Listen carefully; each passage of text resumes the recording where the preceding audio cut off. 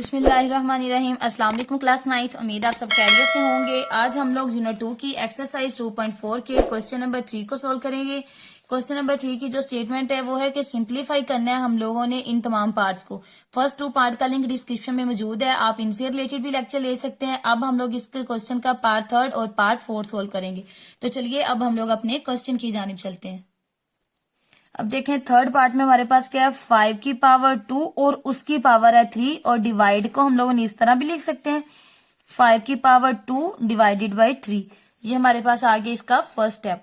अब second step में क्या करना है, अब देखें ये जो है ना 2 की पावर 3 अगर इस तरह आ गया तो इसका मतलब है 2 को 3 बार मल्टीप्लाई करना है।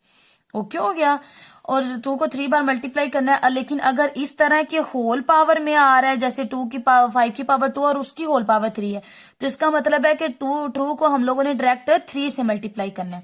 अब देखें 5 एज इट आ जाएगा।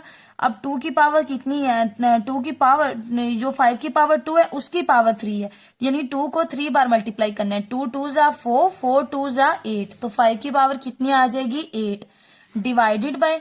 अब 5 एज इट आ जाएगा। इसका मतलब होता है कि 5 की पावर 2 है और उसकी होल पावर अगर 3 है ना, तो इसका मतलब है कि 2 को हम लोगों ने डायरेक्टली 3 से मल्टीप्लाई करना है, तो 2 3 जा 6। अब 5 एज इट बेस सेम है। अब देखें 8 पॉजिटिव 6 है, ऊपर जाएगा तो नेगेटिव 6 हो जाएगा। तो 8 में से 6 माइनस करेंगे तो 5 की पावर हमारे पास रहेगी 2 और 5 की पावर 2 किसकी इक्वल होती है हमारे पास 25 की। ये हमारे पास इसका आंसर आ जाएगा। क्वेश्चन को एक बार स्टार्ट से देखते हैं। इसको सबसे पहले हमने इस डिवाइड को इस तरह लिखा है, उसके बाद 2 की पावर, देखिए पावर की पावर जो होती है ना उसका मतलब होता है जैसे 5 की पावर 2 है और उसकी पावर 3 है, पावर की पावर है तो इसका मतलब 2 को हम लोगों ने 3 बार आपस में मल्टीप्लाई करना है। 2 को 3 बार मल्टीप्लाई किया तो 8, और अगर होल पावर 3 आ जाए तो इसका मतलब हमने इसको डायरेक्ट मल्टीप्लाई करना है। 2 3 जा 6। अब 5 की पावर 8 ये पॉजिटिव 6 है, ऊपर जाके नेगेटिव 6। 5 की पावर 8 है, 8 में से 6 माइनस किया तो 2, और 5 की पावर 2 हमें पता है किसकी इक्वल होती है 25 के, यानी 5 5 जा 25। ये हमारे पास इसका आंसर आ जाएगा। अब हम लोग इसका पार्ट 4 सोल्व करते हैं। 4 पार्ट में भी सबसे पहला स्टेप क्या होगा, x की पावर 3 उसकी होल पावर 2 और डिवाइड की अलामत को इस तरह लिखेंगे x की पावर 3 और उसकी पावर की पावर है 2। तो इसका सेकंड स्टेप क्या होगा, x की पावर 3 की होल पावर हो तो इसका मतलब इसको डायरेक्ट मल्टीप्लाई करना है। 3 2 जा 6 डिवाइडेड बाय। अब देखें ये 3 की पावर है तो इसका मतलब है 3 को हम लोगों ने 2 बार मल्टीप्लाई करना है। 3 की पावर जो है x की पावर 3 है और उसकी पावर 2 है, तो 3 को 3 से मल्टीप्लाई करना है। तो 3 3 जा 9, तो x की पावर कितनी आ जाएगी हमारे पास 9।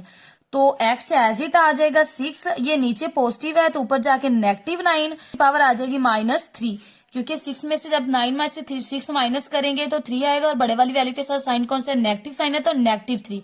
अब इस पावर को पॉजिटिव करने के लिए हम क्या करेंगे, इसको नीचे ले जाएंगे तो x की पावर नीचे जाके क्या हो जाएगी +3। ये इसका आंसर आ जाएगा। क्वेश्चन के एक बार स्टार्ट से देखते हैं। सबसे पहले इस डिवाइड को हम लोगों ने इस सूत्र में लिखा है, उसके बाद x की होल की पावर है ना, यानी x की पावर 3 और उसकी पावर 2 है, तो 6 2 जा 6, और पावर की पावर अगर है तो इसका मतलब 3 को 2 बार ही मल्टीप्लाई करना है। 3 को 2 बार मल्टीप्लाई किया तो 9।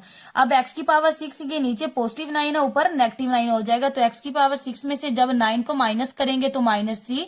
अब इस माइनस को पॉजिटिव करने के लिए इसकी प्लेस चेंज कर देंगे, तो 1 में जब इसको लिखेंगे 1 डिवाइडेड बाय, तो x की पावर नीचे ऊपर -3 है तो नीचे +3 हो जाएगी। ये हमारे पास इसका आंसर आ जाएगा। उम्मीद है आपको इन दोनों पार्ट्स की समझ आई होगी। अगर आपको किसी भी पार्ट की समझ नहीं आई तो आप मुझसे कमेंट सेक्शन में पूछ सकते हैं। Thank you. Allah Hafiz.